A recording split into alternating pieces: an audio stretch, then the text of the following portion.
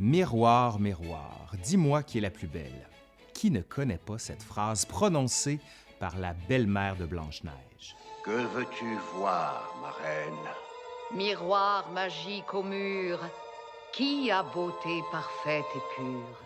De tout temps, on a essayé de paraître sous notre meilleur jour. Et parfois, oui, pas parfois, là, on a recours à quelques subterfuges pour s'avantager, dont les produits cosmétiques, mais aussi la chirurgie plastique. Et j'ai envie de vous dire que ça ne date pas d'hier. Ben non.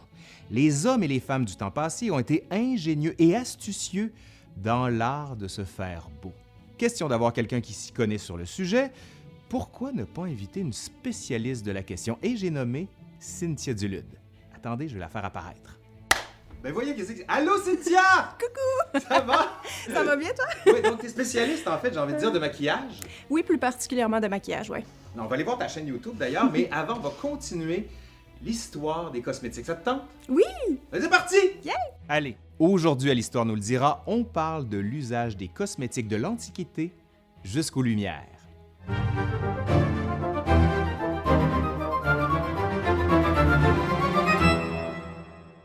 L'usage des cosmétiques pour mettre en valeur la beauté, pour l'entretenir ou pour en donner l'illusion arrive très tôt dans l'histoire occidentale.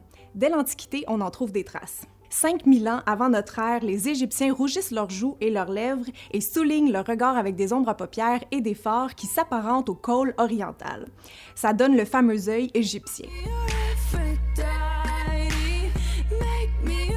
OK, mais ça, c'est plus d'inspiration égyptienne, si je peux me permettre. Des objets témoignant de l'usage des fards et même des parfums ont été notamment retrouvés dans des tombes. On dit même que le dieu Horus, après avoir perdu un œil lors d'un combat, aurait eu recours au maquillage pour retrouver sa beauté. Les femmes utilisent différents minerais de fer, mieux connus sous le terme d'ocre, comme base de produits cosmétiques.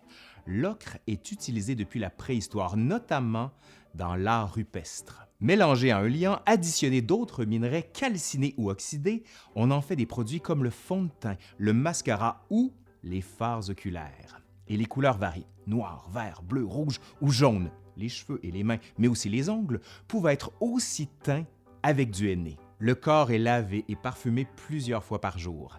Et le port de la perruque, ben oui, est déjà répandu. Les Grecs, pour leur part, s'inspirent de la tragédie pour arborer des maquillages dramatiques. Teint blanc, grâce à la très toxique céreuse de plomb, lèvres et joues vermillon, ainsi que yeux charbonneux. Autant la courtisane que la femme mariée succombent au maquillage.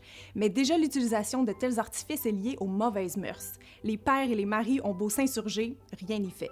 Durant la Rome antique, ce sont les poètes qui rient des femmes maquillées. Encore là, c'est peine perdue. Ça n'empêche pas les Romaines d'appliquer de la lie de vin sur leurs lèvres et de la poudre de craie sur leur front et leurs bras pour blanchir leur peau. Elles noircissent leurs sourcils et soulignent leur regard à la grecque, c'est-à-dire avec des yeux charbonneux. On a recours au suin de mouton comme liant dans les produits cosmétiques, mieux connu sous le nom de lanoline. On l'utilise d'ailleurs encore aujourd'hui pour les mêmes usages. Les thermes et autres bains publics, ainsi que l'apparition de salles de bain chez les particuliers, c'est le propre de l'Antiquité. Ouais, sans mauvais jeu de mots. Excusez-la. D'ailleurs, là, j'ai même fait une vidéo directement sur les thermes et les bains à l'époque romaine. Juste ici, là. Le Moyen Âge ne raffole pas des cosmétiques, mais ne néglige pas pour autant les pratiques d'hygiène simples comme le lavage du corps, du visage, des mains et des pieds. Selon l'idéologie chrétienne, l'homme est fait à l'image de Dieu, donc on ne peut pas changer la volonté et le dessein de Dieu. L'Église n'encourage nullement le recours aux cosmétiques qui sont considérés comme des artifices diaboliques. Du Moyen Âge à l'Ancien Régime, et même après, la position de l'Église demeure la même. L'usage des cosmétiques est proscrit. Toutefois, avec les croisades et la route des épices, les Occidentaux rentrent en contact avec l'Orient. Bon, il faut dire qu'il y avait déjà des contacts, mais là, ça change tout. Le Moyen Âge européen découvre les parfums et ils se répandent partout. Le processus de distillation rend accessible des parfums d'ambre, de musc, de jasmin, de cannelle, de rose et de lavande. Puis, on arrive à la Renaissance où l'usage des cosmétiques fait un retour en force. Grâce à l'imprimerie, la diffusion des usages, des méthodes et des produits cosmétiques se fait à travers l'Europe. L'Italie est le chef de file. En effet, les princes italiens et leurs courtisans, mais aussi leurs courtisanes, aussi soucieux de leur apparence que de leur pouvoir, sont les premiers à réintroduire la mode des cosmétiques en Occident. C'est pour ce public distingué et lettré que les premiers livres des secrets sont publiés. OK, là, je vous entends. Qu'est-ce qu'un livre des secrets? En gros, c'est un livre de recettes cosmétiques. D'ailleurs, c'est en Italie qu'est publié un de ses premiers livres en 1555. Dès 1557, on le retrouve traduit en France. Il s'agit d'un des best-sellers de l'époque, Les secrets du seigneur Alexis le Piémontais. Sa dernière édition date de 1780. Du côté de la France, la période de l'Ancien Régime est hydrophobe. On a peur de l'eau. Alors, pour masquer les odeurs et les peaux abîmées, on a recours aux cosmétiques. Dès le milieu du 16e siècle, c'est Diane de Poitiers, maîtresse d'Henri II, qui est l'égérie de beauté. Elle sera suivie par plusieurs autres femmes, dont la majorité des maîtresses royales. C'est l'épouse d'Henri II, l'Italienne Catherine de Médicis, qui introduit l'usage de certains produits cosmétiques à la cour de France, dont les fards blancs et rouges. Hommes et femmes sont égaux en matière d'usage de cosmétiques. Ce sont plutôt du côté des catégories sociales que l'écart se crée. Les consommateurs de la première heure sont les membres de la noblesse, hommes et femmes, indifféremment. Même les ecclésiastiques succombent à la tentation. Ben ouais. L'usage des cosmétiques atteint son apogée sous le règne de Louis XIV, avec la construction de Versailles et la représentation d'un pouvoir fort et solaire. Les produits cosmétiques sont à la mode et sont même la norme sociale à la cour. Étiquette, convenance, civilité, tout rime avec cosmétique. Oui, j'ai aussi fait une vidéo là-dessus, juste là. Le spectacle de la cour et la mise en scène que la noblesse fait d'elle-même sont au cœur de Versailles. La blancheur qui couvre les visages d'un masque inexpressif est de mise. Il témoigne autant du statut distinctif de la noblesse que de sa supériorité morale, le fard blanc étant le miroir de la blancheur immaculée de l'âme. Le roi Soleil, Louis XIV, lance aussi la mode de la perruque, alors qu'il éprouve très tôt des problèmes capillaires. On doit au perruquier royal Benoît Binet, Binette, l'expression « avoir une belle binette », qui signifie « avoir une belle perruque ». Ben oui, c'est de là que ça vient. Sous Louis XV, les produits cosmétiques sont encore d'usage fréquent, mais on commence à privilégier un aspect plus naturel. Les épais fards blancs perdent en popularité. Madame de Pompadour, alors maîtresse royale, donne le ton. La blancheur rosée est préférée à la blancheur opaque du précédent règne. On rehausse le rose des joues et des lèvres tout en gardant un air plus naturel. Les cheveux sont toujours poudrés et parfumés, mais on préfère une chevelure naturelle à la perruque. Le changement amorcé avec le début de règne de Louis XV se poursuit et est renforcé tout au long des Lumières.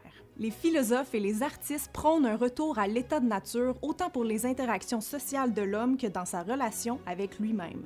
Imiter la nature est un idéal. Le 18e siècle, c'est aussi l'émergence de l'individualité.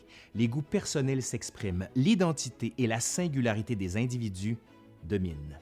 L'eau, boudée pendant plusieurs décennies, réapparaît dans une routine de soins plus intime et domestique. Les avancées scientifiques permettent aussi au courant hygiéniste d'avoir une préoccupation grandissante pour la santé publique. La vie de chaque individu, peu importe son origine sociale, a de la valeur. Avec la création de la Société royale de médecine en 1776, on entreprend une toute autre révolution, celle de la santé publique. Cet organisme est mandaté notamment pour exercer un contrôle sur les remèdes secrets dont les cosmétiques font partie. Afin d'obtenir une autorisation de distribution et de commercialisation de la société, les artisans, que sont les parfumeurs entre autres, doivent fournir les recettes de leurs produits cosmétiques. Plusieurs ingrédients ont par la suite été élagués des préparations cosmétiques parce qu'ils étaient considérés comme nocifs pour la santé.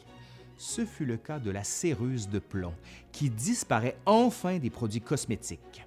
Avec la Révolution française, débute une nouvelle ère pour l'usage des cosmétiques. La recherche de la blancheur était l'apanage de la noblesse. Avec la disparition d'une partie de cette classe sociale, disparaît aussi le visage d'un blanc immaculé et les cheveux poudrés. C'est l'avènement d'un visage naturel où la sentimentalité peut s'exprimer. Et si vous voulez la suite de cette vidéo-là, je vous conseille d'aller tout de suite voir la chaîne de Cynthia. N'est-ce pas? Oh, et où? Attendez, je la ramène. Wow! OK, on est revenu comme ça. Merci, Cynthia. Merci à toi. Si on veut te suivre, on va sur ta chaîne. Oui, exactement. Qui s'appelle Cynthia Dulude, tout simplement. Originalité. Merci, Cynthia. Merci. Et on se revoit sur ta chaîne. Allez, c'est fini pour aujourd'hui. J'espère que ça vous a plu. Merci à Geneviève C. Bergeron qui a collaboré à cette vidéo. Et justement, si vous voulez nous aider, vous savez quoi faire. Vous allez sur le Patreon, vous faites un pouce par en l'air, vous partagez, vous commentez, vous faites vivre la vidéo. Allez, je suis Laurent Turcot et je vous dis à la prochaine. Bye!